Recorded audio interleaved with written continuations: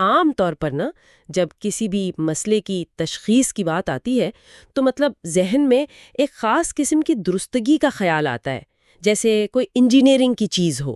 ہاں بالکل، ایک دم نپی تلی بات۔ جی، مثال کے طور پر فرض کریں کہ کسی شخص کی ٹانگ میں بہت شدید درد ہے تو وہ ہسپتال جاتا ہے اور ایکس رے مشین کے سامنے کھڑا ہوتا ہے اور بس چند سیکنڈز بعد ایک سیاہ فلم پر ایک سفید سی ترچھی لکیر نظر آ جاتی ہے۔ صحیح۔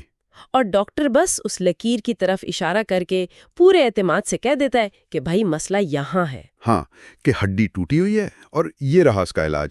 مطلب اس سے انسانوں کو نا ایک طرح کا نفسیاتی اطمینان ملتا ہے۔ بالکل ملتا ہے، وہ ایک سیاہ اور سفید کی طرح کی صورتحال ہوتی ہے نا، اس میں کوئی ابہام نہیں ہوتا۔ ٹوٹی ہوئی ہے یا نہیں ٹوٹی ہوئی، اور یہ انسانی فطرت ہے کہ وہ چیزوں کو بس واضح دیکھنا چاہتی ہے، الجھنوں سے بچنا چاہتی ہے، اور دنیا کے مسائل کو نا چھوٹے چھوٹے خانوں میں بانٹنا پسند کرتی ہے تاکہ ہر مسئلے کا ایک سیدھا سا حل نکل آئے۔ اور میرا خیال ہے کہ یہی وجہ ہے کہ ہم عالمی سیاست اور تاریخ کو بھی بالکل اسی سادہ عینک سے دیکھنے کی کوشش کرتے ہیں۔ بالکل۔ ہم سوچتے ہیں کہ فلاں جنگ محض زمین کے ایک چھوٹے سے ٹکڑے کے لیے ہو رہی ہے، یا پھر فلاں معاشی بحران صرف چند پالیسیوں کی ناکامی کا نتیجہ ہے۔ لیکن جب تاریخ، الہیات اور عالمی سیاست کے ایک نہایت پیچیدہ نظریاتی بیانیے کی دنیا میں قدم رکھا جائے نا تو اچانک ایسا محسوس ہوتا ہے جیسے وہ ایکس رے مشین ہی خراب ہو گئی ہو۔ ہاں، یہ ایک بہت زبردست تشبیہ دی آپ نے۔ آج ہم جس موضوع کا تفصیلی جائزہ لے رہے ہیں نا، اس میں تشخیص کا جو منظرنامہ ہے وہ انتہائی گہرا اور حیرت انگیز حد تک دھندلا ہے۔ آج کے اس جائزے کا مقصد دراصل ایک ایسے مخصوص اور کثیر الجہتی بیانیے کی تہوں کو کھولنا ہے جو کائنات کے آغاز میں ہونے والی ایک الہامی بغاوت کو جوڑ کر سیدھا آج کے جدید دور کی عالمی سیاست، معیشت اور مشرق وسطیٰ کے موجودہ خونی تنازعات تک لے آتا ہے۔ یہ واقعی ایک حیران کن اور بہت گہرا فریم ورک ہے، اور یہاں گفتگو کو باقاعدہ شروع کرنے سے پہلے یہ واضح کرنا نہایت اہم ہے کہ آج کے اس تفصیلی جائزے کا مقصد قطعی طور پر اس بیانیے کی یا اس میں شامل ان حساس مذہبی اور سیاسی خیالات کی تائید کرنا نہیں ہے۔ جی بالکل، ہم کوئی توثیق نہیں کر رہے۔ جی، ہمارا ہدف صرف اور صرف غیر جانبداری سے اس بات کا تجزیہ کرنا ہے کہ یہ مخصوص نظریہ کن تاریخی بنیادوں پر کھڑا ہے، مطلب یہ سمجھنا کہ دنیا میں کچھ حلقے تاریخ اور موجودہ واقعات کو کس زاویے سے دیکھتے ہیں۔ صحیح۔ اور وہ کون سی منطق ہے جو بظاہر بکھرے ہوئے واقعات کو ایک ہی لڑی میں پرو دیتی ہے۔ چلیں تو پھر اس بات کی تہ تک پہنچتے ہیں۔ مجھے اس بیانیے کی سب سے انوکھی بات یہ لگتی ہے کہ اس کا آغاز 20ویں صدی کی سیاست یا کسی جنگ سے نہیں ہوتا، بلکہ سیدھا وقت کے آغاز سے ہوتا ہے۔ بالکل، آغاز کائنات سے۔ ہاں، اس کہانی کا پہلا کردار کوئی انسان نہیں بلکہ عزازیل یعنی ابلیس ہے، اور یہ فریم ورک ہمیں بتاتا ہے کہ ابلیس بنیادی طور پر فرشتہ نہیں تھا بلکہ وہ جنات کی مخلوق میں سے تھا۔ لیکن اس کی عبادت، اس کا علم اور زہد اس قدر بے پناہ تھا کہ اسے فرشتوں کی صفوں میں شامل کر لیا گیا تھا، مطلب وہ اپنے عمل کی بدولت ان کے اعلیٰ ترین درجات تک پہنچ چکا تھا۔ اور دیکھیں، یہیں سے اس پورے نظریے کی اصل بنیاد پڑتی ہے۔ کائنات کے اس پرسکون نظام میں پہلا خلل اس وقت آتا ہے جب خدا کی طرف سے حضرت آدم کی تخلیق ہوتی ہے۔ جی، اور سجدے کا حکم دیا جاتا ہے۔ بالکل، تمام فرشتوں سمیت ابلیس کو بھی سجدہ کرنے کا حکم ملتا ہے، مگر ابلیس اس حکم سے انکار کر دیتا ہے۔ لیکن یہاں جو بات سب سے زیادہ قابل غور ہے وہ یہ ہے کہ اس کا انکار کسی الجھن یا لا علمی کا نتیجہ نہیں تھا۔ تو پھر کیا وجہ بتائی جاتی ہے اس کی؟ اس کی بنیاد دو انتہائی بنیادی جذبات پر تھی: تکبر اور حسد۔ اس کا ماننا تھا کہ وہ آگ سے بنا ہے، اس لیے مٹی سے بنے ایک نئے وجود سے بڑھتر ہے۔ اچھا۔ اس نے اپنی اس بغاوت کے بعد خدا سے قیامت تک کی مہلت مانگی تاکہ وہ نسل انسانی کو بھٹکا سکے۔ اس بیانی کے مطابق تکبر محض ایک عام سی انسانی خامی نہیں ہے، بلکہ دنیا کے تمام تر بگاڑ، فساد و ظلم کی اصل جڑ ہے۔ میں یہاں اس کی ایک تمثیل بنانا چاہ رہی تھی۔ یہ تو بالکل ایسا ہی ہے جیسے کسی بہت بڑی کارپوریٹ کمپنی کا کوئی سب سے بہترین، پرانا اور محنتی ملازم ہو۔ صحیح۔ وہ ملازم جس نے کمپنی کو کھڑا کرنے کے لیے اپنی پوری زندگی لگا دی ہو، جس کے پاس سب سے زیادہ علم ہو اور جو سمجھتا ہو کہ اگلا CEO وہی بنے گا، لیکن اچانک بورڈ آف ڈائریکٹرز کسی بالکل نئے اور ناتجربہ کار شخص کو باہر سے لا کر CEO کی کرسی پر بٹھا دے۔ ہاں، تو وہ پرانا ملازم حسد اور تکبر کی آگ میں جل اٹھتا ہے۔ بالکل، لیکن وہ کمپنی چھوڑ کر نہیں جاتا، بلکہ وہیں رہ کر پوری کمپنی کو اندر سے تباہ کرنے اور اس نئے سی ای او کو ناکام ثابت کرنے کی قسم کھا لیتا ہے۔ یہ ایک بہت ہی زبردست اور جامع تمثیل دی ہے آپ نے۔ وہ بغاوت کر کے غائب نہیں ہوتا، بلکہ وہیں رہ کر نظام کو کھوکھلا کرنے کا بیڑا اٹھاتا ہے۔ جی، اور اس نظریے کی روح سے وہ تنہا کام نہیں کرتا، اس کی ایک پوری مہماتی فوج ہے جس میں غیر مرئی جنات بھی شامل ہیں جو انسانی آنکھ سے اوجھل ہیں، اور انسانوں میں موجود وہ منافقین بھی شامل ہیں جو دانستہ یا نادانستہ اس کے ایجنڈے کا حصہ بنتے ہیں۔ مطلب یہ ایک خاموش جنگ ہے۔ بالکل، یہ ایک خاموش اور مسلسل جاری رہنے والی جنگ ہے جس کا واحد ہدف انسانیت کو صراط مستقیم سے ہٹانا ہے۔ اچھا، تو اب سوال یہ پیدا ہوتا ہے کہ آسمانوں پر ہونے والی یہ الہامی بغاوت آخر زمین پر انسانی تاریخ میں کیسے ظاہر ہوتی ہے؟ اگر ہم اس تصور سے ذرا آگے تاریخ کے سفر کی طرف بڑھیں تو اس بیانیے میں ایک چنی ہوئی قوم کا تصور بہت شدت سے سامنے آتا ہے۔ کہا گیا ہے کہ شیطان کا اصل ہدف وہ قومیں بنتی ہیں جو خود کو دوسروں سے بڑھتر سمجھنے لگتی ہیں۔ جی بالکل۔ یہاں خاص طور پر یہودی تاریخ کا حوالہ دیا گیا ہے کہ حضرت موسیٰ سے لے کر حضرت عیسیٰ تک مسلسل 1400 سالوں کے دوران بنی اسرائیل میں بلا تعطل پیغمبر آئے۔ جی، اور ذرا اس بات کی نفسیات پر غور کریں۔ اس بیانیے کا استدلال یہ ہے کہ اس مسلسل فضیلت اور الہامی قربت نے مبینہ طور پر ان کے اندر ایک شدید احساس برتری پیدا کر دیا۔ یعنی وہ تکبر والی بات جو ابلیس میں تھی؟ بالکل وہی تکبر۔ ان کے ہاں یہ نظریہ پروان چڑھنے لگا کہ چونکہ خدا کا کلام صرف ان تک آ رہا ہے، اس لیے صرف وہی اصل اور خالص انسان ہے، جبکہ باقی تمام اقوام، جنہیں وہ جنٹائلز یا گویم کہتے ہیں، وہ درجے میں ان سے کمتر ہیں۔ یہ گویم کا تصور کیا ہے؟ ذرا اس کی وضاحت کریں گے؟ گویم کا تصور کچھ یوں سمجھ لیں کہ غیر یہودی اقوام کو محض جانوروں یا خدمت گزاروں کے درجے میں رکھا گیا، جن کا استحصال کرنا یا انہیں اپنے معاشی فائدے کے لیے استعمال کرنا ان کا پیدائشی حق سمجھا جانے لگا۔ میں یہاں تھوڑی دیر کے لیے رکنا چاہوں گی۔ مطلب جب کسی بھی گروہ یا قوم کو مسلسل 14 صدیاں یہ بتایا جائے کہ وہ چنے ہوئے ہیں، تو کیا یہ انسانی فطرت کا ایک تاریک پہلو نہیں کہ ان میں یہ تکبر پیدا ہو جائے؟ یہ ایک بہت منطقی بات ہے۔ مجھے حیرت اس بات پر ہے کہ یہ مذہبی انفرادیت کس طرح عالمی تنازعات کو جنم دیتی ہے، کیونکہ جو خاکہ ہم دیکھ رہے ہیں وہ بتاتا ہے کہ اسی تکبر کی وجہ سے انہوں نے حضرت عیسیٰ کو مسترد کیا جو کہ آخری اسرائیلی نبی تھے۔ جی، کیونکہ ان کی تعلیمات ان کے بنائے ہوئے اس طبقاتی نظام کے خلاف تھیں۔ بالکل، بیانیے کے مطابق ان کی توہین کی گئی اور انہیں مصلوب کرنے کی کوشش کی گئی، حالانکہ اس نظریے میں یہ مانا جاتا ہے کہ انہیں مصلوب نہیں کیا گیا تھا بلکہ خدا نے انہیں زندہ آسمان پر اٹھا لیا تھا۔ آپ نے بالکل درست نشاندہی کی۔ جب مذہبی انفرادیت نسلی تکبر میں بدلتی ہے نا، تو یہ صرف چند عقائد تک محدود نہیں رہتی، جی، بلکہ یہ قوموں کے سیاسی اور سماجی رویوں کو مکمل طور پر بدل کر رکھ دیتی ہے۔ اور پھر یہ بیانیہ ایک اور اہم موڑ لیتا ہے۔ وہ کیا؟ اس کا دعویٰ ہے کہ جب 600 سال بعد حضرت محمد آخری نبی کے طور پر آئے تو ان کا انکار بھی کسی نظریاتی اختلاف کی بنیاد پر نہیں تھا، بلکہ محض اس لیے کیا گیا کہ وہ بنی اسرائیل کی نسل سے نہیں تھے۔ اوہ اچھا، جی، ان کے لیے یہ ماننا ناممکن تھا کہ نبوت کا وہ سلسلہ جو 2000 سال سے ان کی خالص میراث تھا، وہ اچانک کسی اور نسل میں کیسے منتقل ہو سکتا ہے؟ اور ٹھیک اسی مقام پر یہ بیانیہ یہ دعویٰ کرتا ہے کہ شیطان اور اس کے پیروکاروں کا اصل ہدف اب وہ لوگ بن گئے جنہوں نے اس آخری پیغام کو قبول کیا، یعنی امت مسلمہ۔ یہ تو واقعی سوچنے پر مجبور کر دینے والی بات ہے کہ کیسے ایک قدیم روحانی تنازع نسل اور قومیت کے تعصب میں تبدیل ہو کر ایک مستقل جنگ کی شکل اختیار کر لیتا ہے۔ بالکل ایسا ہی ہے۔ لیکن بات صرف عقائد اور الہیات تک محدود تو نہیں رہتی نا۔ اگر ہم تاریخ کے اوراق پلٹیں تو 70 عیسوی میں رومی جنرل ٹائٹس کے ہاتھوں یروشلم کی تباہی اور یہودیوں کے دنیا بھر میں دربدر ہونے کا ذکر ملتا ہے، جسے ڈائسپورا کہا جاتا ہے۔ جی، اور صدیوں کی دربدری کے بعد ایک ایسا دور آتا ہے جسے تاریخ کا پرامن ترین دور کہا جا سکتا ہے، جب مسلمانوں کے دور خلافت میں حضرت عمر بغیر کسی خون خرابے کے یروشلم میں داخل ہوتے ہیں۔ ایک پرامن معاہدہ ہوتا ہے، چابیاں سونپی جاتی ہیں۔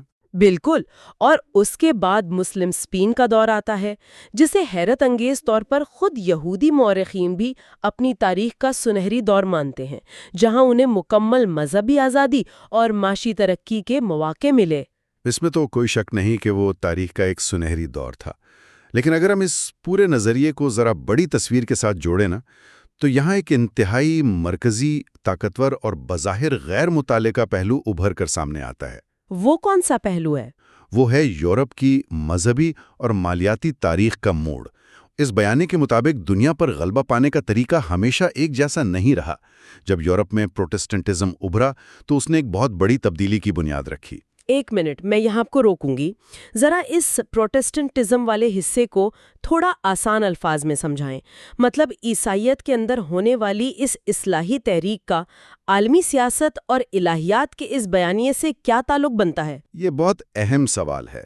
دیکھیے، صدیوں تک یورپ پر کیتھولک چرچ اور پوپ کا غلبہ تھا، اور کیتھولک عقیدے میں سود یعنی ربا سختی سے منع تھا۔ پیسے سے پیسہ بنانا بہت بڑا گناہ سمجھا جاتا تھا۔ جی، یہ تو تمام ابراہیمی مذاہب میں ہی منع ہے۔ بالکل، لیکن جب 16ویں صدی میں مارٹن لوتھر اور جان کیلوین جیسے لوگوں نے پروٹیسٹنٹ تحریک شروع کی تو پوپ کا اثر و رسوخ ٹوٹ گیا۔ اس مذہبی بغاوت کا ایک غیر ارادی مگر بہت بڑا نتیجہ یہ نکلا کہ سود پر لگی ہوئی مذہبی پابندی کمزور پڑنے لگی۔ نئے ابھرنے والے فرقوں نے تجارت اور مالیات میں سود کو بتدریج جائز قرار دینے کا راستہ کھول دیا۔ تو مطلب یہاں سے یہ بیانیہ الہیات اور مذہب کی دنیا سے نکل کر سیدھا عالمی معیشت اور بینکنگ کے نظام میں داخل ہو جاتا ہے؟ جی بالکل، اور یہی اس کا سب سے فیصلہ کن موڑ ہے۔ اس بیانیے کا استدلال یہ ہے کہ دنیا پر کنٹرول حاصل کرنے کا طریقہ اب تلواروں اور لشکروں سے بدل کر اقتصادی تسلط میں تبدیل ہو گیا۔ مطلب معاشی جنگ شروع ہو گئی؟ ہاں، روتھسچلڈ خاندان اور ان جیسے دیگر ابھرتے ہوئے بینکرز نے مبینہ طور پر اس نئے مالیاتی نظام کا بھرپور فائدہ اٹھایا۔ انہوں نے سمجھ لیا کہ اصل طاقت بادشاہوں کے پاس نہیں ہے، بلکہ اس کے پاس ہے جو بادشاہوں کو جنگ لڑنے کے لیے قرض دیتا ہے۔ ارے واہ، یہ تو بہت گہرے بات ہے۔ جی، انہوں نے بڑی بڑی سلطنتوں کو قرضوں کے جال میں پھنسایا۔ جنگ کے دونوں فریقوں کو سود پر قرض دیا جانے لگا۔ یہ فوجی تسلط سے معاشی تسلط کی طرف منتقلی کا ایک کلاسک فریم ورک ہے۔ یہ واقعی حیران کن ہے۔ ہم اکثر تاریخ کو بس بادشاہوں اور جنگوں کے حوالے سے پڑھتے ہیں، لیکن یہ نظریہ بتاتا ہے کہ اصل کھیل تو پیچھے بیٹھے ہوئے بینکرز کھیل رہے تھے۔ بالکل ایسا ہی ہے۔ اور اسی حوالے سے خلافت عثمانیہ کے زوال کی جو کہانی اس بیانیے میں بیان کی گئی ہے، وہ محض کوئی سیاسی کمزوری نہیں تھی، بلکہ مکمل طور پر معاشی اور جغرافیائی سازش تھی۔ جی، اس پر تھوڑی روشنی ڈالیں۔ لیکن اس کے باوجود جب سیونی تحریک کے رہنماؤں نے سلطان عبد الحمید ثانی کو پیشکش کی کہ وہ سلطنت کا سارا قرضہ اتار دیں گے بشرطے کہ وہ فلسطین کی زمین یہودیوں کے حوالے کر دیں، تو سلطان نے صاف انکار کر دیا۔ اور دیکھیں، اس انکار کی قیمت بہت بھاری تھی۔ اس نقطہ نظر کے مطابق چونکہ سلطنت عثمانیہ نے عالمی مالیاتی طاقتوں کے آگے گھٹنے ٹیکنے اور فلسطین کا سودا کرنے سے انکار کر دیا تھا، اس لیے اسے باہر سے جنگ کے ذریعے نہیں بلکہ اندر سے کھوکھلا کر کے ختم کرنے کا فیصلہ کیا گیا۔ یعنی اندرونی بغاوتیں کروائیں گئیں؟ جی بالکل، یہ نظریہ دعویٰ کرتا ہے کہ سلطنت کے اندر موجود قوم پرست عناصر اور خاص طور پر مصطفیٰ کمال پاشا جیسی شخصیات کو مبینہ طور پر استعمال کر کے خلافت کا ادارہ ہی جڑ سے اکھاڑ دیا گیا۔ میں یہاں ایک لمحے کے لیے رک کر یہ سوچ رہی ہوں کہ یہ جاننا آج کے دور کے انسان کے لیے آخر کیوں اہم ہے۔ مطلب جب ہم آج کی خبریں دیکھتے ہیں تو مشرق وسطیٰ کے حالات ایک نہ ختم ہونے والی الجھن لگتے ہیں، لیکن یہ بیانیہ واضح کرتا ہے کہ کس طرح طاقت کا مرکز روحانیت سے سرک کر سرمایہ کے پاس چلا گیا، اور اس سرمایہ کا ہدف وہ زمین تھی جسے ہزاروں سال پرانے الہامی وعدے کے تحت حاصل کرنا تھا۔ بالکل صحیح کہا آپ نے، اور یہی وجہ ہے کہ ہم پہلی جنگ عظیم کے بعد کے دور میں ایک نیا جغرافی نقشہ بنتے ہوئے دیکھتے ہیں۔ جی، اس بیانیے میں 1917 کے اعلان بلفور کا ذکر آتا ہے۔ یہ وہ خط تھا جس میں برطانوی حکومت نے ایک عالمی بینکر کو یہ یقین دانی کرائی کہ وہ فلسطین میں یہودیوں کے لیے ایک قومی وطن کے قیام کی حمایت کریں گے۔ یہ تو بڑی عجیب بات ہے۔ سوچیے ذرا، ایک ملک کی حکومت ایک ایسی زمین کسی اور کو دینے کا وعدہ کر رہی تھی جس پر اس کا اپنا کوئی قانونی یا اخلاقی حق ہی نہیں تھا۔ بالکل، اور اس کے بعد 1948 میں باقاعدہ اسرائیل کا قیام عمل میں آتا ہے۔ پھر 1967 اور 1973 کی عرب اسرائیل جنگیں ہوتی ہیں، جن کے نتیجے میں کافی زمین قبضے میں آ جاتی ہے۔ جی، ان کے نتیجے میں سینائی کا علاقہ، گولان کی پہاڑیاں اور سب سے اہم یروشلم کا پرانا شہر قبضے میں آ جاتا ہے۔ یہاں آ کے تو یہ فریم ورک بہت ہی مخصوص اور تہدار ہو جاتا ہے۔ بیانیے کے مطابق اس وقت اسرائیل کے اندر دو واضح اور متضاد گروہ کام کر رہے ہیں، اور یہ دونوں گروہ اپنے مقاصد میں بالکل مختلف ہیں۔ جی، اور ان دونوں گروہوں کے طریقہ کار کو سمجھنا موجودہ حالات کی تفہیم کے لیے بہت ضروری ہے۔ پہلا گروہ سیکولر یا لادین سوچ کا حامل ہے۔ ان کا کیا مقصد ہے؟ ان کا اصل مقصد خطے پر مکمل معاشی اور تکنیکی غلبہ حاصل کرنا ہے۔ وہ چاہتے ہیں کہ عرب ممالک کے ساتھ مل کر ایک ایسا وسیع تجارتی اور معاشی بلاک بنایا جائے جہاں سرمایہ اور قدرتی وسائل عربوں کے ہوں، لیکن تکنیکی کنٹرول، سیکیورٹی اور انتظامی غلبہ ان کے پاس ہو۔ مطلب وہ محض ایک معاشی سپر پاور بننا چاہتے ہیں۔ اچھا، لیکن دوسرا گروہ تو انتہائی مختلف ہے نا؟ وہ مذہبی شدت پسندوں کا ہے، جو اس پورے خطے کو کسی معاشی منڈی کے طور پر نہیں بلکہ ایک خالص الہامی وعدے کی تکمیل کے طور پر دیکھتے ہیں۔ بالکل، ان کا ایجنڈا بالکل الگ ہے۔ وہ گریٹر اسرائیل کے قیام کے خواہاں ہیں۔ ان کا ماننا ہے کہ فلسطینیوں کی مکمل بے دخلی ناگزیر ہے، اور سب سے بڑھ کر وہ سمجھتے ہیں کہ مسجد اقصیٰ کی موجودہ عمارت کو گرا کر اس کی جگہ ان کا تیسرا ہیکل یعنی تھرڈ ٹیمپل تعمیر کیا جانا چاہیے۔ اور دیکھیں، یہی وہ بنیادی خلیج ہے جس کی وجہ سے خطے میں امن کی تمام سفارتی کوششیں ہمیشہ ناکام ثابت ہوتی ہیں۔ اس نظریے میں لینڈ فار پیس یعنی کیمپ ڈیوڈ مذاکرات کی ناکامی کی مثال دی گئی ہے۔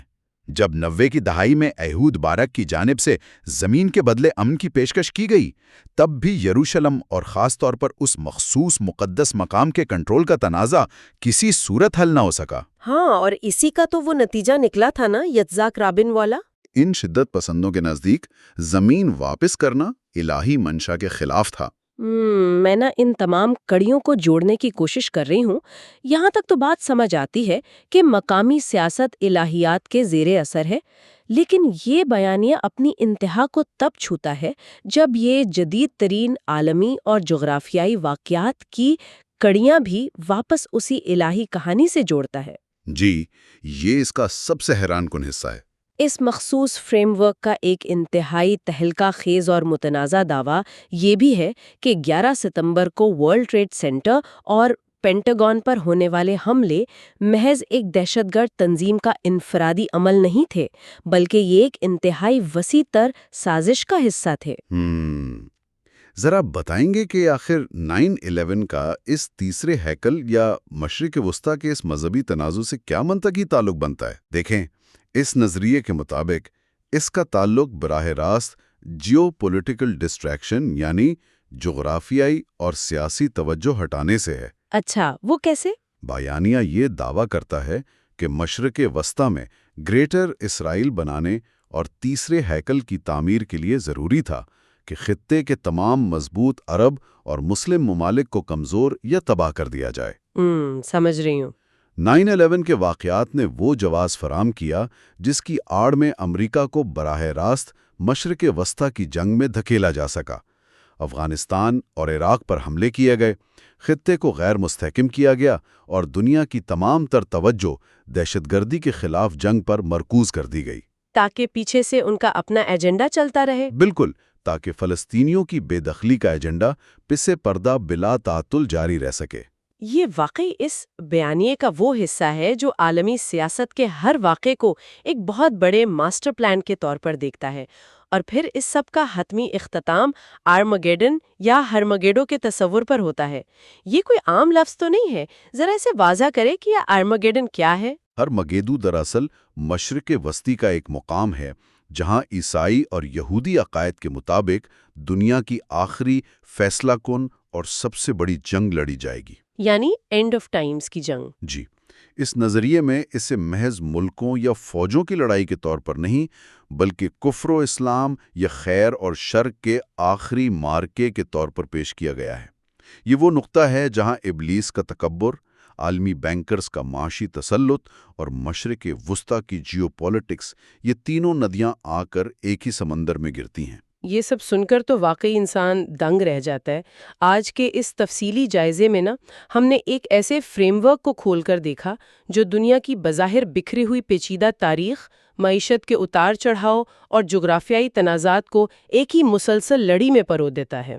بالکل، ایک تسلسل ہے۔ ایک ایسا بیانیہ جہاں آپ کو نظر آنے والی ہر سیاسی چال کے پیچھے، کسی معاہدے کے ٹوٹنے کے پیچھے یا کسی ملک میں جنگ شروع ہونے کے پیچھے محض سیاسی وجوہات نہیں، بلکہ ایک بہت بڑی روحانی یا شیطانی قوت کار فرما نظر آتی ہے۔ جی، اس طویل اور گہری بحث کو سمیٹتے ہوئے میں تو یہی کہوں گا کہ اس نظریے سے اتفاق کرنا یا نہ کرنا ایک بالکل الگ بحث ہے۔ جی بالکل۔ لیکن یہ جاننا نہایت ضروری ہے کہ دنیا میں ایسے بیانیے پوری قوت کے ساتھ موجود ہیں اور وہ لاکھوں کروڑوں لوگوں کے ذہنوں پر اثر انداز ہو رہے ہیں۔ ان کے نزدیک یہ موجودہ عالمی سیاست محض زمین، تیل یا مادی وسائل کی جنگ نہیں ہے، بلکہ اس سے کہیں بڑی ہے۔ جی، ان کے نزدیک یہ ہزاروں سال پرانی اس الہامی جنگ کا آخری باب ہے جو آسمانوں سے شروع ہوئی تھی۔ جب آپ کے مد مقابل کوئی ایسا شخص یا قوم ہونا جو زمین کے ٹکڑے کو محض مٹی نہیں بلکہ الہامی تقدیر سمجھتی ہو، تو وہاں تنازع کی نوعیت بالکل بدل جاتی ہے۔ سفارت کاری کے روایتی اصول وہاں پھر کام نہیں آتے۔ بالکل صحیح کہا آپ نے، اور یہی وہ چیز ہے جو ہمیں دوبارہ اپنے اسی نقطہ آغاز کی طرف لے جاتی ہے جس کا ہم نے شروع میں ذکر کیا تھا۔ وہ ایکس رے مشین والی مثال۔ جی، وہی ایکس رے مشین جو صرف ٹوٹی ہوئی ہڈی کی واضح تصویر دکھاتی ہے، وہ ان بین الاقوامی معاملات میں کام نہیں آ سکتی، کیونکہ یہاں درد کسی جسم کے حصے میں نہیں بلکہ تاریخ اور انسانیت کی روح میں گڑا ہوا ہے۔ اس کی جڑیں اتنی گہری ہیں کہ کوئی ایکس رے انہیں نہیں دیکھ سکتا۔ بے شک، اور جب کسی مسئلے کی تشخیصی اتنی پیچیدہ، طے در طے اور الہامی دعووں میں لپٹی ہوئی ہو نا، تو ظاہر ہے کہ اس کا کوئی سادہ سا سیاسی علاج تلاش کرنا بھی اتنا ہی کٹھن ہو جاتا ہے۔ تو آج کے اس تفصیلی جائزے کے آخر میں ایک ایسا سوال چھوڑنا چاہتی ہوں جس پر غور کرنا ہم سب کے لیے بہت ضروری ہے۔ جب انسان کسی بھی جدید جغرافیائی یا سیاسی تنازع کو محض انسانوں کی غلطی سمجھنے کے بجائے اسے ایک ناگزیر کائناتی تقدیر یا خیر و شر کی حتمی جنگ سمجھنے لگتا ہے، تو کیا اس سے سفارت کاری، مذاکرات اور دنیا میں امن قائم کرنے کے تمام انسانی راستے ہمیشہ کے لیے بند نہیں ہو جاتے؟